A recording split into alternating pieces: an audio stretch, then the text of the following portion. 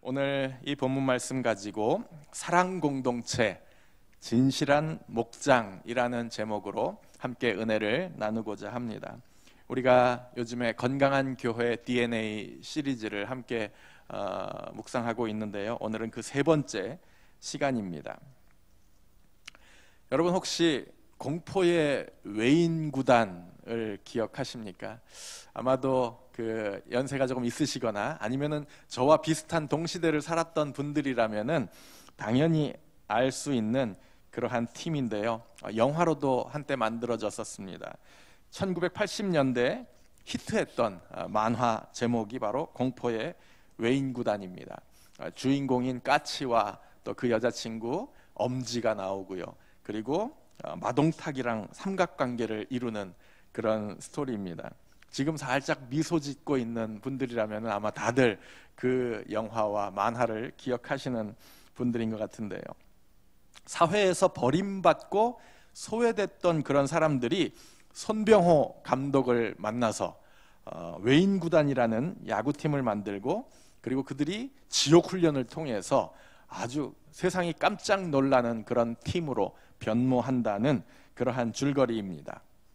그 구성원들은 각각 서로 달랐지만 하나됨으로 인해서 엄청난 능력을 발휘했던 팀입니다. 사실 안디옥 교회는 바로 그런 교회였습니다. 안디옥 교회는 드림팀이라고 하기보다는 오히려 외인구단에 가까운 그러한 공동체였습니다. 오늘 본문은 안디옥 교회의 리더 5명에 대해서 기록을 하고 있는데요. 그들은 완전히 다른 배경과 백그라운드를 가지고 있는 그러한 사람들이었습니다. 함께 보실까요? 1절, 안디옥 교회에 선지자들과 교사들이 있으니, 리더를 말하죠. 곧 바나바와 니게르라 하는 시므온과 구레네 사람 루기오와 분봉왕 헤롯의 젖동생 마나엔과 및 사울이라. 자, 나름 그래도 성경이 구체적인 그들의 배경들을 설명을 하고 있는데요. 자, 첫 번째 리더가 바로 바나바였습니다. 우리가 잘 알죠? 유대인이었고요. 아주 착한 사람이었습니다. 다른 사람을 세울 줄 아는 그러한 성령 충만한 사람이 바나바였습니다. 그리고 나서 두 번째로 등장하는 인물이 니게르라 하는 시므온이라고 나옵니다. 이 니게르라고 하는 말은 사실 피부가 검다라고 하는 뜻을 가지고 있는 말입니다. 여기에서 나온 단어가 영어의 니그로라는 단어이죠. 아마도 그 설명을 봤을 때 그는 아마도 아프리카 출신이 아니었겠나라는 생각을 해보게 됩니다. 그런데 이 시므온이라는 이름은 유대식 이름입니다. 그렇기 때문에 원래 아프리카 출신이었지만은 후에 유대교로 개종한 사람이다라고 우리가 추측해 볼 수 있습니다. 어쩌면은 또 그 당시에 많이 있었던 노예로 왔다가 그 지역의 노예나 종으로 팔려왔다가 나중에 자유를 얻어서 자유인이 된 그러한 사람일 수도 있을 것입니다. 자, 세 번째 리더가 구레네 사람 루기오입니다. 이 구레네라고 하는 것은 북아프리카 지역에 있는 지명입니다. 여러분들 아마도 퀴레네라고 하는 지명을 들어보셨을 것입니다. 고대 그리스 철학의 유명한 학파 중에 이 퀴레네 학파라는 것이 있었는데 바로 그것이 구레네입니다. 이 퀴레네 학파의 특징은 아주 지독한 쾌락주의였습니다. 쾌락이 최고다. 인생의 모든 목적은 쾌락이다라고 생각하는 사람들이었고요. 특별히 그들은 무신론자들이었습니다. 그런데 그곳에 출신의 루기오라는 사람도 안디옥 교회의 리더 중에 한 사람이었습니다. 그리고 마나엔이라는 사람이 등장합니다. 헬라 사람입니다. 그러면서 헤롯 왕의 젖동생이라고 성경은 기록을 하고 있습니다. 이 젖동생이라고 하는 말은요, 같은 유모 밑에서 자란 그야말로 형제 같은 그러한 사람이죠. 그러니까 왕하고 형제 같은, 아마도 굉장히 고위직 혈통의 사람이다라고 우리가 짐작할 수 있을 것입니다.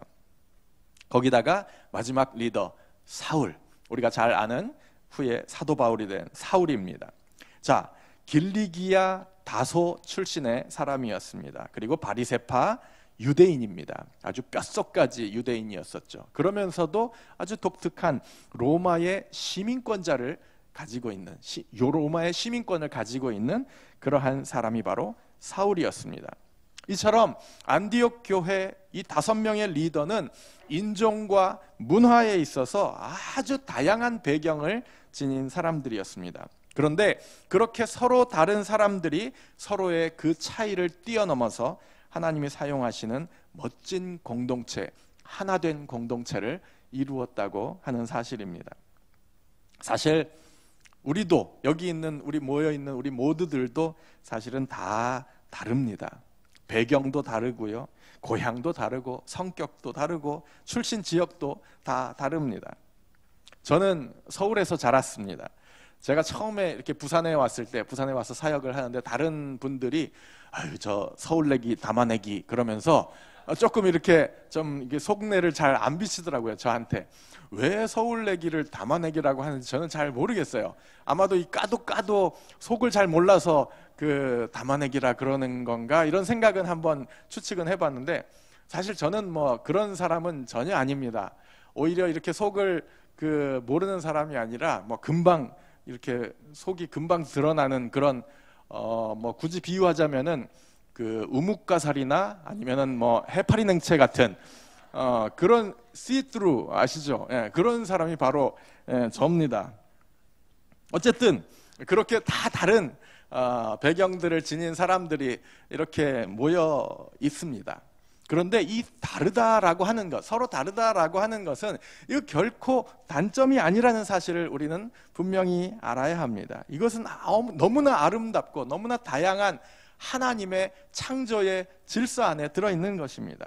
하나님은 창조의 하나님이십니다. 창조적이신 분이에요. 꽃 한 종류를 만드시더라도 다양한 색깔과 모양과 또 향기로 그렇게 만드셨습니다. 제가 지난주에 그 신방을 다녀오는데 이 길가에 가로수가 이 동백꽃이 너무 활짝 예쁘게 빨갛게 그렇게 동백꽃이 피어 있는 겁니다. 보통의 꽃들은 사실 봄이나 뭐 여름에 이렇게 피는데 동백은 그 피어나는 시기도 다릅니다. 아마도 삭막한 겨울에 우리의 마음까지 그렇게 삭막해지지 말라고 어쩌면 하나님께서 우리 부산에 있는 지역에 있는 우리들을 위해서 주신 선물이 아닐까라는 그런 생각도 해보았습니다. 꽃 하나만 봐도 그런데 우리 인간은 그 하나님의 창조성이 그야말로 무한대로 발휘되어진, 표현되어진 그러한 창조물입니다. 하나님께서 심혈을 기울여서 우리를 만드셨습니다. 그런 창조물을 하나님께서 대충 단순하게 아니면 단조롭게 그렇게 만들 수 있을까요? 아니죠. 너무나 다양하고 개성 있고 유니크하게 창조될 수밖에 없는 것입니다. 그러므로 그렇게 우리 서로 다른 사람들이 모인 공동체가 하나 되기 위해서는 그 다양성을 우리가 잘 다루어야 합니다. 서로의 다름을 인정하고 함께 상생하는 그러한 훈련을 끊임없이 해야 합니다. 그렇지 않으면 그 다름으로 인해서 그 공동체는 파멸하고 맙니다. 자, 그렇다면은 우리의 롤 모델이라고 할 수 있는 이 안디옥 교회는 어떻게 그렇게 하나된 모습을 일구어낼 수 있었을까? 그것을 한번 우리가 연구해 보고자 합니다. 특별히 우리 교회의 슬로건도 사랑으로 하나 되어 세상을 변화시키는 교회입니다. 사랑으로 하나 되어 세상을 변화시키는 교회. 오늘은 그 앞부분에 해당하는 내용입니다. 어떻게 우리가 사랑으로 하나 될 것인가? 어떻게 사랑 공동체를 이룰 것인가? 이 주제에 대해서 오늘 안디옥 교회와 그리고 초대 교회들을 샘플로 함께 묵상하기를 원합니다. 먼저 사랑으로 하나 되기 위한 성경적 원리 첫 번째가 바로 조정의 기준 예수 그리스도라는 사실입니다. 따라해 볼까요? 조정의 기준 예수 그리스도. 시작. 네. 자, 조정이 뭘까요?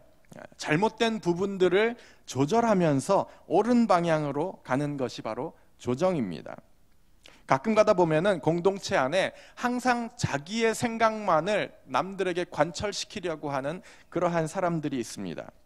자기를 기준으로 다른 사람을 자기 입맛에 맞게 조정하려고 하는 것이죠. 그것은 그리스도인으로서 정말 필요한 자기를 조정하는 훈련이 전혀 되어 있지 않은 사람이라고 그렇게 말할 수 있을 것입니다. 사실 그 사람들은 이건 뭐 내 성격이야, 뭐 내 천성이야, 이렇게 말로 변명을 하지만은 사실은 그게 바로 자기 중심주의의 죄라고 할 수 있습니다. 내가 삶의 주인인 거죠. 그런데 그런 사람이 예수 그리스도를 자기 삶의 주인인 삶을 산다? 그것 자체가 처음부터 사실은 말도 안 되는 이야기라고 할 수 있는 것입니다. 공동체가 하나 되기 위해서는 때로는 자신의 고집도 내려놓아야 하고요, 자신의 생각을 조정할 수 있어야 합니다. 그렇다고 해서 무조건 상대방의 소리에 내 생각을 맞추는 것은 그것도 역시 건강한 방법이 아닙니다. 왜냐하면 그 사람 역시도 잘못 생각할 수 있기 때문입니다. 잘못 판단할 수 있고요, 우리 모두는 다 불완전하고 연약합니다. 그러므로 그리스도인 공동체는 끊임없이 자기 자신을 조정하되 분명한 기준을 향하여 조정을 해야 하는 것이죠. 그런데 그 기준이 바로 예수 그리스도입니다. 예수 그리스도가 우리가 조정해야 할 그 기준이 됩니다. 공동체 구성원들 한 사람 한 사람 모든 멤버들이 각자의 기준이 되시는 예수 그리스도의 뜻에 자신의 생각과 삶을 맞추고 조정한다면은 반드시 그 공동체는 하나 될 수 있습니다. 오케스트라를 한번 예로 들어보도록 하겠습니다. 연주가 시작되기 전에 오케스트라의 모든 연주자들은 자기 악기를 튜닝합니다. 모든 수십 종의 악기가 있는데 그것을 사실은 똑같은 높이로 맞추어야 되는 거죠. 그런데 만약 그 오케스트라에 아주 오래전부터 있었던 왕고참이 있어서 그 왕고참이 아그들아, 나 악기 튜닝하기 귀찮으니까 니들 악기를 내 악기에다가 맞춰라, 만약에 이렇게 한다면은 그 오케스트라가 제대로 된 연주를 할 수 있겠습니까? 오케스트라의 기준이 되는 악기가 있는데요, 그것이 바로 오보입니다. 오보에라고 하죠.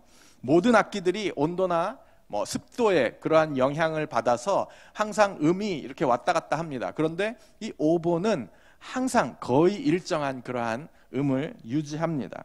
그렇기 때문에 튜닝을 할 때 오보에가 먼저 A 음을 모든 사람들이 들을 수 있도록 연주를 합니다. 에이 이렇게 쫙 소리를 불어주면은 그 소리에다가 다른 모든 악기들이 자기 악기들을 음을 맞추는 것이죠. 그렇게 함으로써 아름다운 하모니가 만들어집니다. 우리 모두가 따라야 할 기준, 예수 그리스도, 그분 한 분밖에 없습니다. 그분의 우리의 모든 것을 맞추고 우리의 삶을 조정해야 하는 것입니다. 나도 그분께 삶을 맞추고 저 사람도 그 예수 그리스도께 자신의 삶을 조정하는 그러한 공동체는 반드시 하나님이 기뻐하시는 하나됨을 이룰 수 있는 것입니다. 자, 그렇다면은 과연 이 안디옥 교회는 구체적으로 어떻게 하나님의 음성을 듣고 또 그분의 소리에 그들의 삶을 조정했을까요? 오늘 본문 2절에 그 비결이 기록되어 있습니다. 주를 섬겨 금식할 때에 그들은 성령님의 소리를 들었습니다. 자, 여기서 주를 섬긴다는 말은 예배를 뜻하는 것이죠. 그리고 금식은 당연히 기도 생활을 의미합니다. 이런 작업들을 통해서 공동체는 하나님께 소리를 맞출 수 있는 것입니다. 예배를 통해서 우리는 하나님의 뜻을 발견합니다. 기도를 통해 우리는 하나님의 음성을 듣습니다. 기준이 되는 A 음을 듣는 것이죠. 공동체의 모든 구성원들이 이처럼 예배와 기도를 통해서 들은 하나님의 소리에 우리의 마음을 맞추고 우리의 삶이 조금이라도 빗나갔던 그러한 삶이 있다면 다시 기준이 되는 예수 그리스도께로 우리의 삶을 조정할 때에 우리는 하나 될 수 있습니다. 특별히 여기서 나오는 이 예배에는 두 가지 예배가 있을 수 있습니다. 그것이 바로 공동체적 예배와 개인적 예배입니다. 공동체적 예배는 오늘처럼 우리가 이렇게 다 한꺼번에 모여서 같이 드리는 그러한 예배입니다. 개인적 예배는 묵상의 시간, 큐티의 시간이라고 할 수 있겠죠. 그 시간들을 통해서 하나님의 그 소리를 듣는 훈련을 우리가 하지 않으면은 우리 마음속에 있는 나 중심적인 생각이 점점점 커져서 결국에는 우리의 삶을 지배하게 됩니다. 그러면은 당연히 하나님의 소리도 안 들리고 다른 사람들이 뭐라 해도 다른 사람들의 소리도 안 들리게 되는 그러한 상황이 되는 것입니다. 그런데 공동체 안에 사실은 그런 사람이 한 명만 있어도 그 공동체는 결코 하나 될 수가 없다는 사실을 우리가 기억해야 합니다. 사랑하는 영한 성도 여러분, 여러분은 어떻습니까? 예배를 사모하고 계십니까? 기도 생활하고 있나요? 그렇다면 더 중요한 것, 그 시간을 통해서 들은 하나님의 음성에, 하나님의 그 기준이 되는 소리에 여러분의 삶을 조정하고 계십니까? 이것이 우리에게 하나됨을 위해서 너무나도 중요한 것입니다. 주를 섬겨 금식함으로 우리의 마음을 끊임없이 주께로 맞추고 조정하는 삶을 통해서 가정 안에서, 그리고 직장 안에서, 목장 안에서, 교회 안에서 공동체를 하나로 묶는 그러한 삶을 살 수 있기를 주님의 이름으로 축복합니다. 첫 번째 조정의 기준은 바로 예수 그리스도셨습니다. 두 번째 원리가 바로 교회 사랑의 시시 코너라고 하는 것입니다. 함께 따라해 볼까요? 시작. 네, 조금 재미있게 제목을 달아봤습니다. 교회 사랑의 시시 코너. 공동체가 하나 되기 위해서는 반드시 그 구성원들이 자기가 속해 있는 그 공동체의 정체성에 대해서 분명하게 알고 있어야 합니다. 자, 그렇다면은 교회의 정체성이 무엇입니까? 교회는 어떤 무리들의 모임입니까? 그것은 바로 하나님 나라를 확장시키고 동시에 하나님 나라를 그 구성원들이 직접 살아내는 그러한 공동체라고 할 수 있습니다. 쉽게 말해서 하나님 나라를 이 땅에서 맛보기 위한 공동체가 교회라고 하는 것입니다. 왜 마켓을 가면은 그 시식 코너가 있습니다. 조금이긴 하지만 감질나긴 하지만 그거라도 이렇게 먹어봐야 맛있는 걸 알아야 우리가 살 수 있는 것이니까요. 교회가 바로 하나님 나라의 맛배기입니다. 믿지 않는 사람들은, 세상 사람들은 교회를 통하여 하나님 나라가 어떠한 곳인가 그것을 짐작하고, 그리고 교회를 통해서 하나님 나라를 간접 경험합니다. 그렇다면은 그 나라, 즉 하나님 나라의 통치 원리가 무엇일까요? 나라는 항상 통치의 원리가 있잖아요. 그 하나님 나라의 통치 원리, 자, 그 전에 세상 나라의 통치 원리를 생각해 본다면 그것은 약육강식입니다. 또한 경쟁이라고 할 수 있겠죠. 적자생존입니다. 힘센 놈이 살아남는 겁니다. 그러나 하나님 나라의 통치 원리는 완전히 반대입니다. 하나님 나라의 통치 원리는 사랑입니다. 사랑. 하나님 자체가 사랑이시잖아요. 그분은 사랑 빼고는 설명할 수 없는 그러한 분이 바로 하나님이십니다.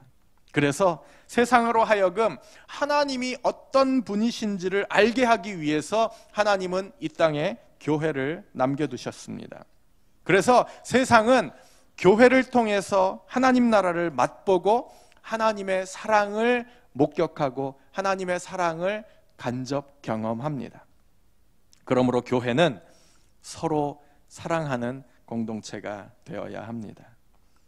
교회가 그 본래 모습을 잃어버리고 사랑하지 않으니까 세상이 교회를 향해서 손가락질하고 젊은 사람들은 교회를 떠나가는 것입니다. 교회가 이 사랑을 회복해야만 합니다.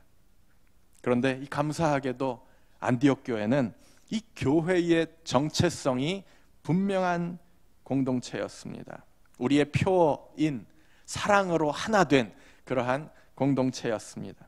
자, 그렇다면 그들은 어떻게 구체적으로 그렇게 하나님 나라를 살아냈을까요? 어떻게 구체적으로 그 사랑을 실천했을까요? 44절과 45절입니다. 믿는 사람이 다 함께 있어 모든 물건을 서로 통용하고 또 재산과 소유를 팔아 각 사람의 필요를 따라 나눠주며. 기가 막히지 않습니까? 믿는 사람이 다 함께 있으면서 모든 물건을 서로 통용했습니다. 네 거 내 거 따지지 않고 각 사람의 필요를 따라서 내 재산을 팔아서 나눠주는 그러한 삶을 살았습니다. 대단하죠? 이런 교회 가고 싶지 않습니까? 이런 공동체의 구성원이 되고 싶지 않으신가요? 물론 이 구절은 사실 예루살렘 교회, 예루살렘 처음에 생겼던 예루살렘 교회의 모습을 묘사하는 성경 구절입니다. 왜냐하면 아직 안디옥 교회가 생기기도 전인 사도행전 2장의 기록이기 때문입니다. 하지만 안디옥 교회 성도들이 누굽니까? 바로 그 교회 출신이었잖아요. 예루살렘 교회가 분립 개척한 교회가 안디옥 교회입니다. 물론 의도한 개척은 아니었지만, 그러니 당연히 안디옥 교회 성도들은 그렇게 배우고 훈련했을 것입니다. 그리고 그들은 멀리 안디옥까지 가서도 그러한 삶을 살았고요. 그리고 그런 사랑의 공동체에 자연스럽게 허다한 무리들이 합류했습니다. 47절 우리 같이 한 목소리로 한번 읽어볼까요? 시작. 하나님을 찬미하며 또 온 백성에게 칭송을 받으니 주께서 구원받는 사람을 날마다 더하게 하시니라. 아멘. 아멘. 우리 영안교회가 이런 교회가 될 줄 믿습니다. 아멘. 아멘. 그러기 위해서 우리는 먼저 사랑의 공동체를 이루어야 합니다. 교회 안에는 이러한 사랑의 나눔이 반드시 있어야 합니다.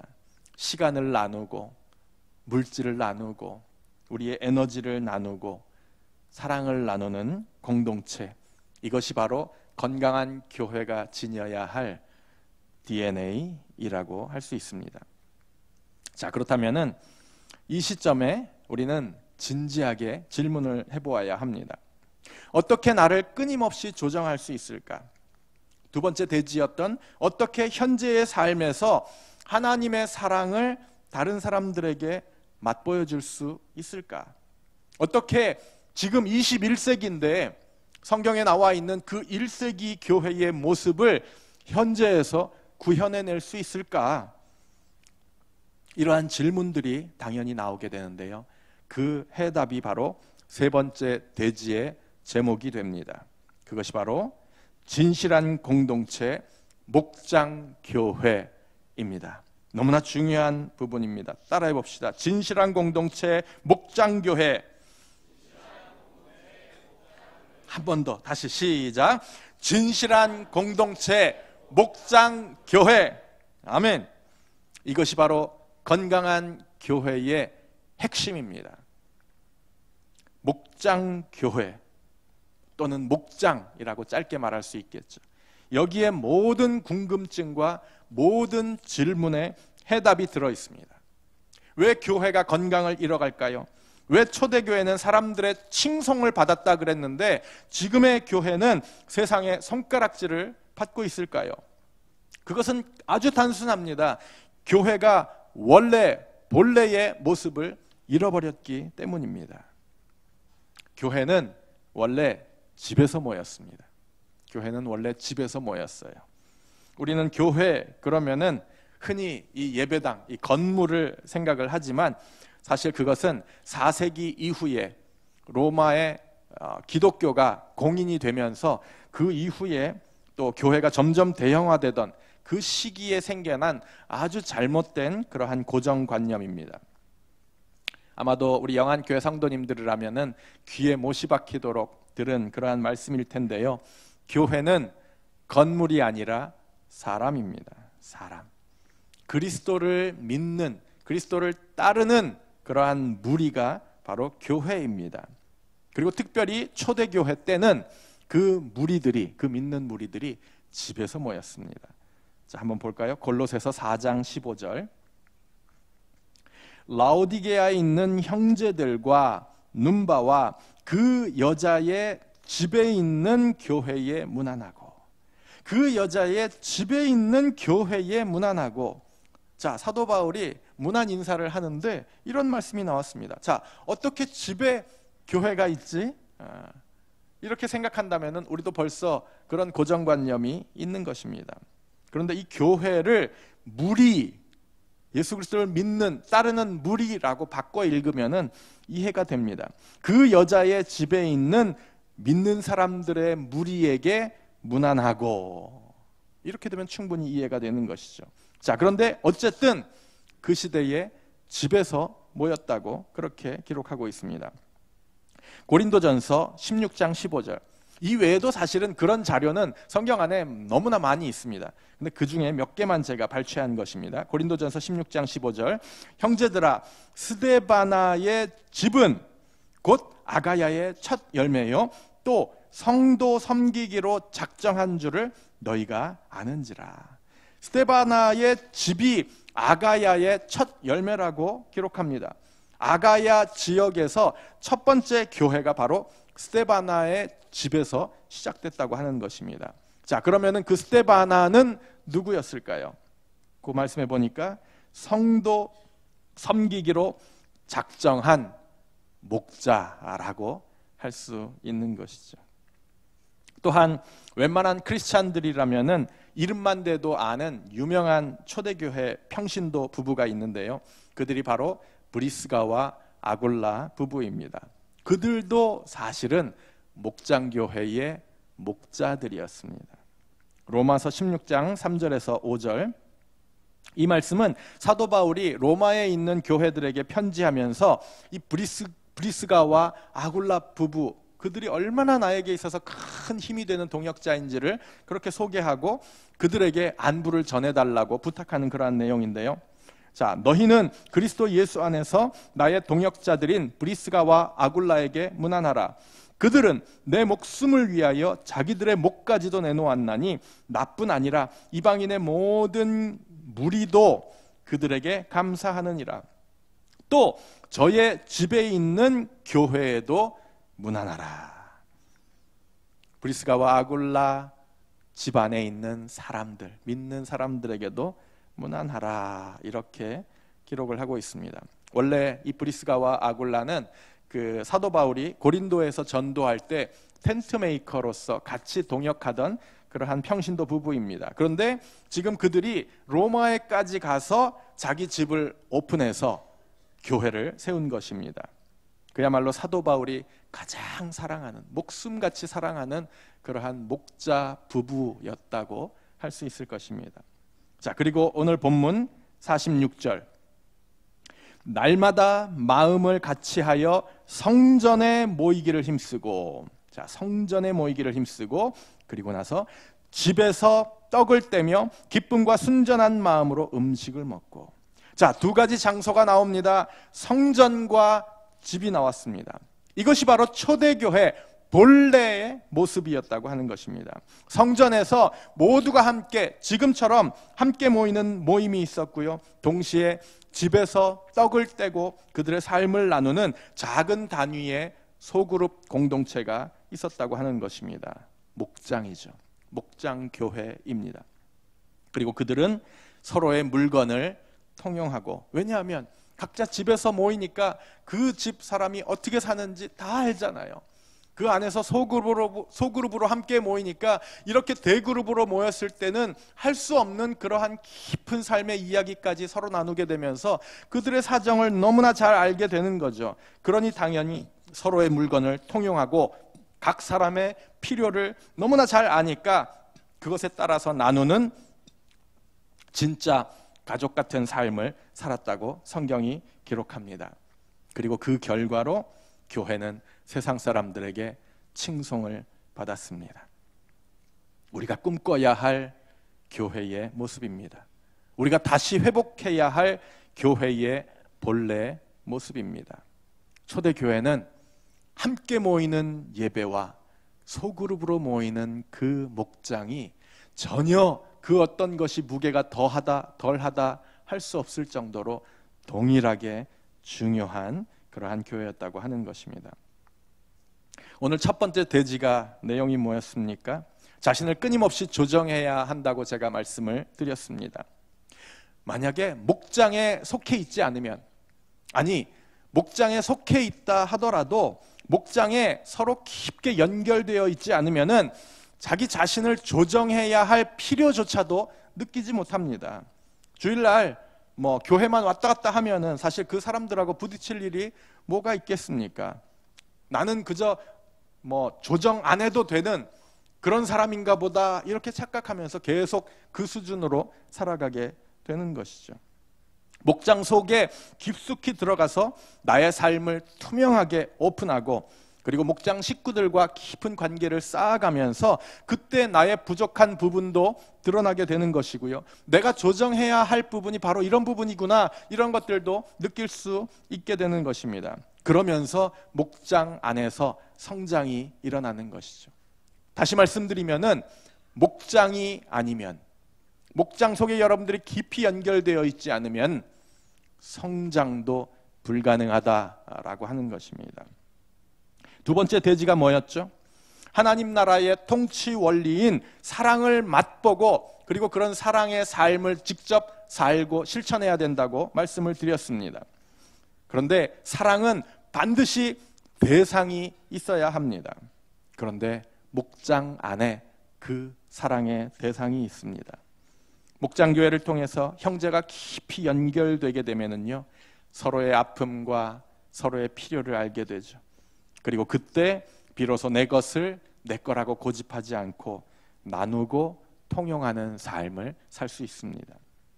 그러므로 안디옥 교회 같은 이런 건강한 초대교회를 지금 이 시대에 구현할 수 있는 가장 중요한 키, 그것은 바로 목장입니다. 목장교회. 하나밖에 없는 아들을 십자가에 죽이면서까지 이 땅에 세우려고 하셨던 하나님을 가장 닮은 공동체, 사랑 공동체, 그것이 바로 목장입니다. 저는 사실 이 목회에 대해서 그렇게 많은 경험이 있는 것도 아니고요, 참 부족한 게 많은 사람입니다. 그런데 제가 딱 한 가지 말씀드릴 수 있는 것, 제가 딱 한 가지 경험하고 아는 것, 그것이 바로 목장입니다. 하나님의 은혜로 특별히 제가 미국에서 섬겼던 교회가 목장에 올인하는 그러한 교회였고요. 그리고 초대교회와 가장 가까운 모습이라고 칭찬받고 있는 그러한 몇몇 가정교회들, 그런 목장교회들을 제가 가서 깊이 경험하고 연구할 수 있는 그러한 기회도 하나님께서 주셨습니다. 특별히 제가 미국에 있으면서 많은 일들을 경험하고 때로는 힘든 시간들도 보내면서 제 안에 더욱 분명해진 사실은 바로 이 소그룹의 유익이라고 하는 것입니다. 일종의 목장이죠. 가족과 같은, 아니 어쩌면은 가족보다도 더 많은 시간을 저희와 함께 보내고 더 내 사정을 잘 알고 나를 위해서 기도해 주시는 그러한 분들이 없었다면은 어쩌면은 그 외로운 미국 생활을 견뎌내기 힘들었을 것입니다. 그러나 너무나 좋으신 우리 하나님께서는 한국에다가 우리 모든 가족들을 다 두고 떠나간 우리에게 미국에서 새로운, 예수님 때문에 만나게 된 새로운 가족들을 만나게 하셨습니다. 그들과 함께 저희는 거의 매일 떡을 떼고 함께 밥을 먹고 삶을 나누고 더 나아가서 물질을 함께 나누는 삶을 살았습니다. 초대교회 성도들이 누렸던 진정한 사랑 공동체를 우리는 경험을 했습니다. 하나님이 계획하시고 하나님이 만나게 하신 그런 만남이라고 저희는 분명히 믿습니다. 그 만남을 통해서 우리는 이 땅에서 하나님 나라, 천국을 미리 맛보는 그러한 시간들을 보냈습니다. 그래서요, 제가 다른 건 몰라도 우리 영안교회가 이거 하나만큼은 반드시 붙잡아야 된다고 믿습니다. 우리 교회에 몸담으신 여러분들이, 구성원들이 한 분도 빠짐없이 제가 경험했던 그런 사랑을, 하나님의 사랑을 경험해야 한다고 믿습니다. 제가 맛보았던 그 사랑의 공동체, 이 땅에서 누렸던 그 천국을 여러분들도 맛보아야 합니다. 이것이 바로 우리 교회가 앞으로 달려가야 할 방향입니다. 사랑 공동체, 그것은 바로 진실한 나눔이 있는 소그룹, 목장 교회를 통해서 가능합니다. 사랑하는 영한 성도 여러분, 여러분은 어떻습니까? 목장에 속해 있으신가요? 아니, 그냥 속해 있는 것 가지고서는 어쩌면 여러분들의 삶에 그 어떤 변화도 일어나지 않을 것입니다. 목장 교회에 깊이 연결되어야만 합니다. 다시 질문드리겠습니다. 여러분은 현재 목장에 깊이 연결되어서 자기 자신을 조정하는 그러한 작업을 해나가고 계십니까? 목장 식구들의 사정을 잘 알아서 내 것을 내 거라고 고집하지 않고 지갑을 열어서 물질을 함께 나누며 사랑의 공동체를 현재 이루어가고 계십니까? 만약에 이 질문에 선뜻 yes 할 수 없다면은 지금 여러분의 삶을 조정해야 합니다. 할 수 있습니다. 우리는 할 수 있습니다. 하나 될 수 있습니다. 그래서 우리 한 사람 한 사람이 서로의 다름을 인정하고 우리의 기준이 되시는 예수 그리스도께 우리의 삶을 끊임없이 조정하며 하나님 나라의 통치 원리인 사랑을 전하고 나누는 교회, 사랑 공동체를 이루는 데에 쓰임받는 저와 여러분의 삶이 되시기를 주님의 이름으로 간절히 축원합니다. 기도하겠습니다. 이 시간 함께 기도하실 때에 주신 말씀 기억하면서, 하나님, 제가 그런 삶을 살겠습니다.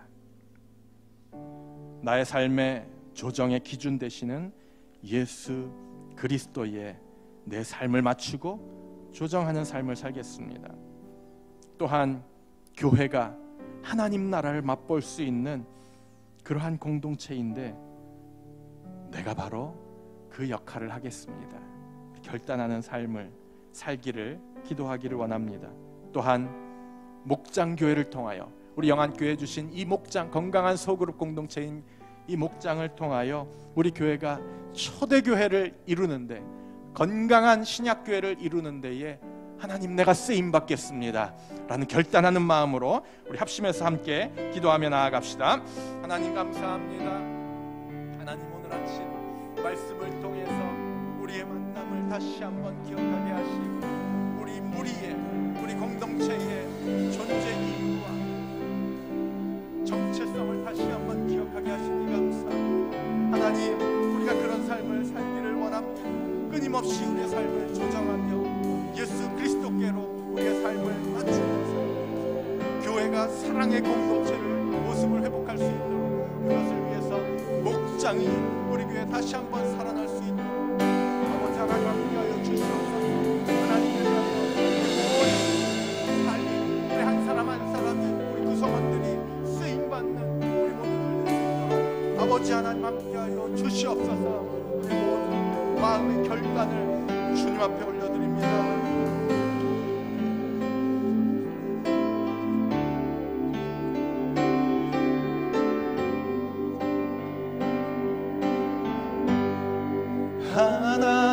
하나님께서는 우리의 만남을 계획해 놓으셨네. 우린 하나 되어, 우린 하나 되어 어디든 가리, 어디든 가리라. 주위에 서라며 무엇이든 하리라. 당신과 함께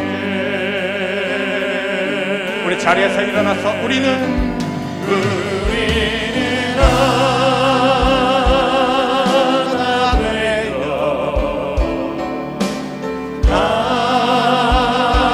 함께 걷는 하늘 아버지 사랑 안에서 우리는 기다리며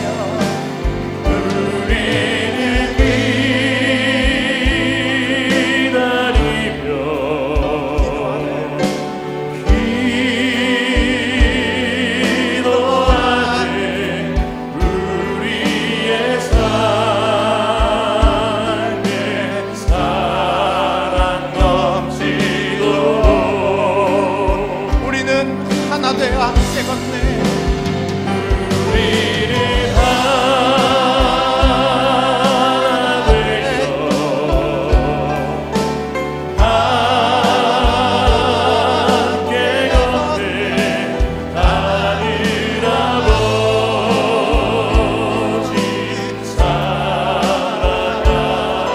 안에서 우리는 기다리며